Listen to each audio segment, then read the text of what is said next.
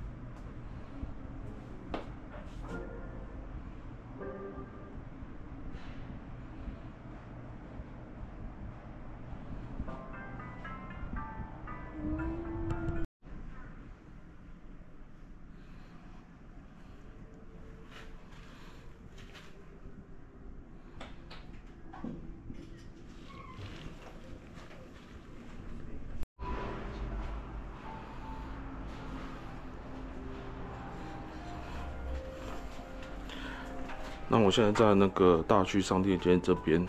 那大区商店街这边呢，有一个那个吉普力风格的餐厅、咖啡厅啊，叫做大旭之声。那这个地方也是我在网络上找的。那网络上他们也都有影片跟那个介绍。我觉得蛮特别，因为我虽然不是特别喜欢吉普力，但是我对于他的画风、他的风格，然后我也蛮喜欢的。然后我也蛮爱那个千寻，就是神隐少女，对。